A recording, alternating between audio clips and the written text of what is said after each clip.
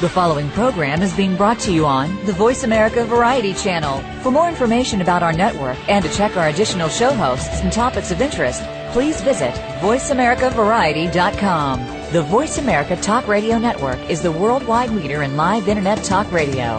Visit voiceamerica.com. The views and ideas expressed on the following program are strictly those of the host or guests and do not necessarily reflect the views and ideas held by the Voice America Talk Radio Network, its staff, and management.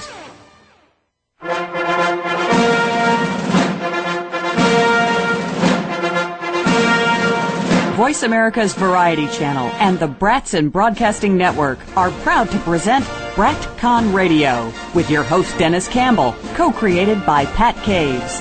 BratCon Radio explores the lives of the sons and daughters of military, government, and diplomat personnel who make up the 5% of Americans known as the brat culture, or officially as dependents. The brats have spent at least part of their lives living on U.S. military installations at home or around the world. Now, here is your host, Dennis Campbell. Good evening and welcome to tonight's broadcast. Berlin brats are in the house. Ich bin ein Berliner. Those were famous words uttered by President Kennedy in his speech while in Berlin on June 26, 1963, as a sign of solidarity with West Germany following the construction of the Berlin Wall.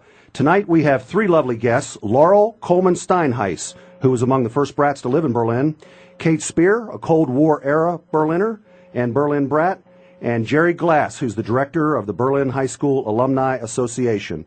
Laurel, I want to start with you. Are you on the line there? I'm right here. Laurel, let me give a little background real quick. You were among the first brats into Germany and lived in Berlin before, during, and after the blockade. You were there from 46 to 53. That's correct. You've authored a book that details the vivid slice-of-life memories of those historic times. You authored first a book titled Marion, which was about your late mother. That was followed by Marion's Child, which is about your accounts in the brat experience.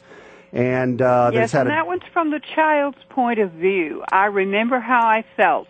I remember what I thought, including the misperceptions and misconceptions that any child of my time would have had. Sure.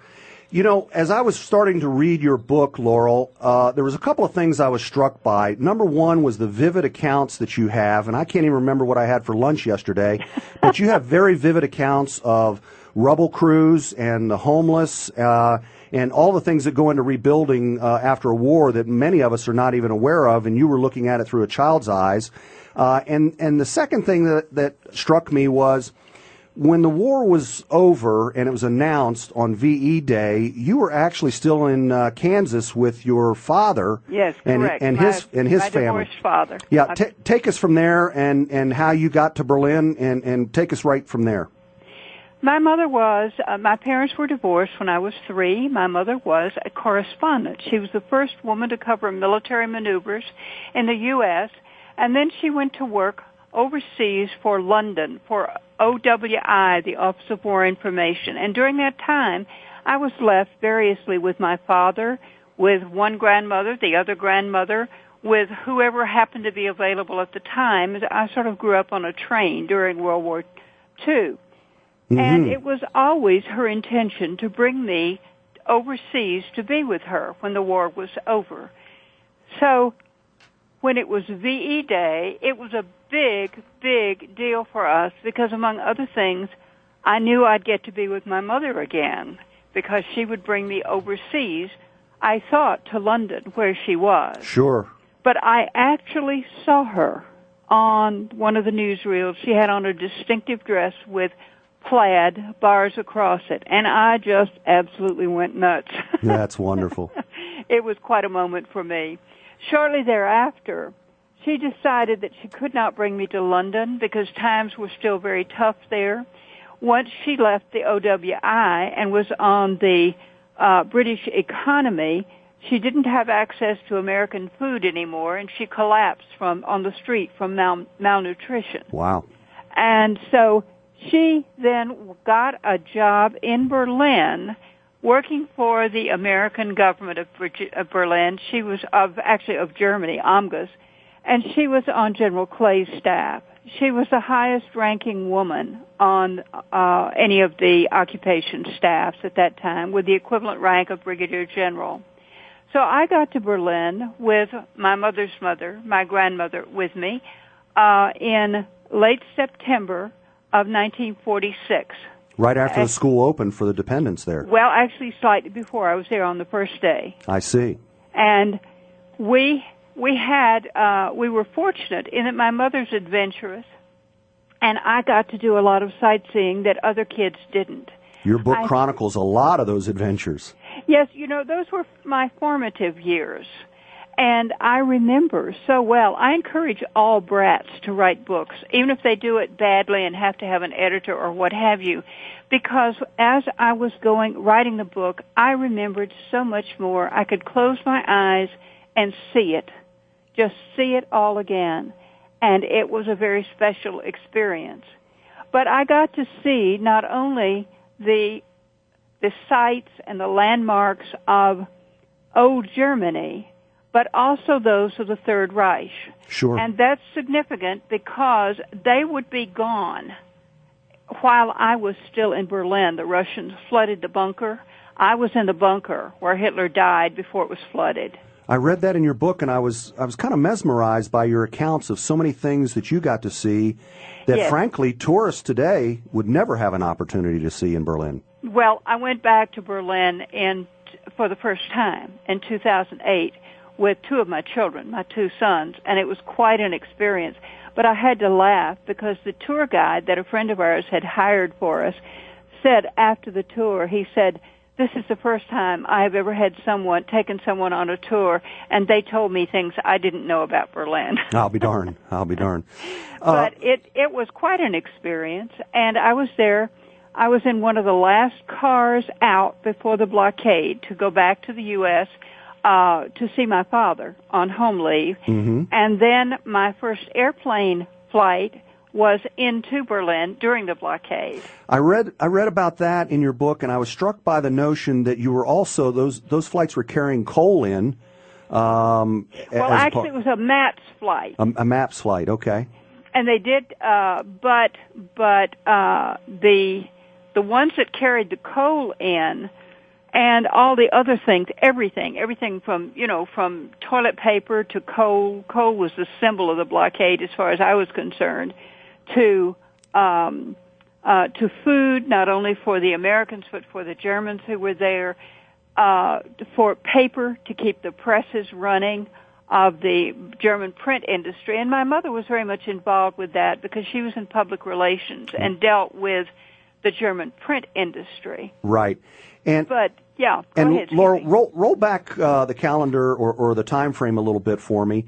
Because of your mother's high-level position and in public affairs, you also had an opportunity to have a great deal of interaction with all the allies, the British, the French, and, of course, the Russian allies. Yes, I was there when the Russians were still our friends. And as a matter of fact, although very few Americans did so, we did have social events with the Russians. They came to our house. We went to their press club and to their homes. And I actually had a Russian playmate, a girl about my age whose mother was Mariana Koshevnikova, which sounded a lot like Marion Coleman, my mother's name, and they were both in PR, and they were very good friends. And it was a great loss to us personally, on a personal level, when things went sour.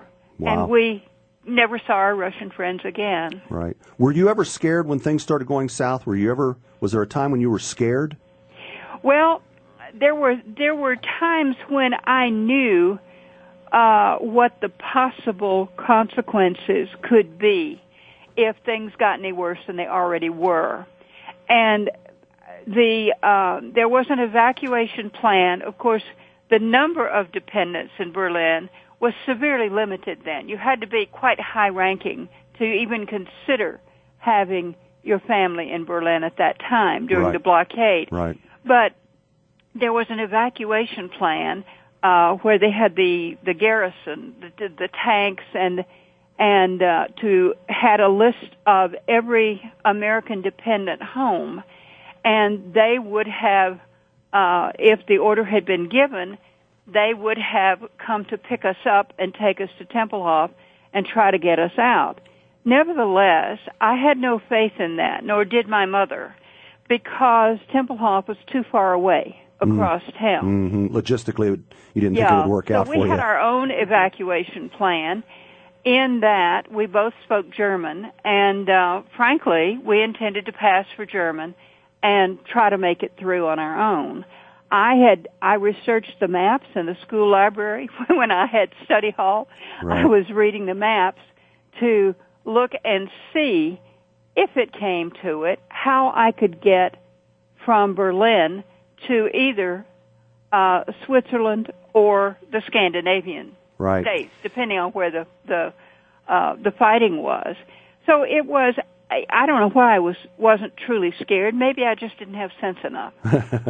But we had our own escape plan, and I figured it would take me 2 years.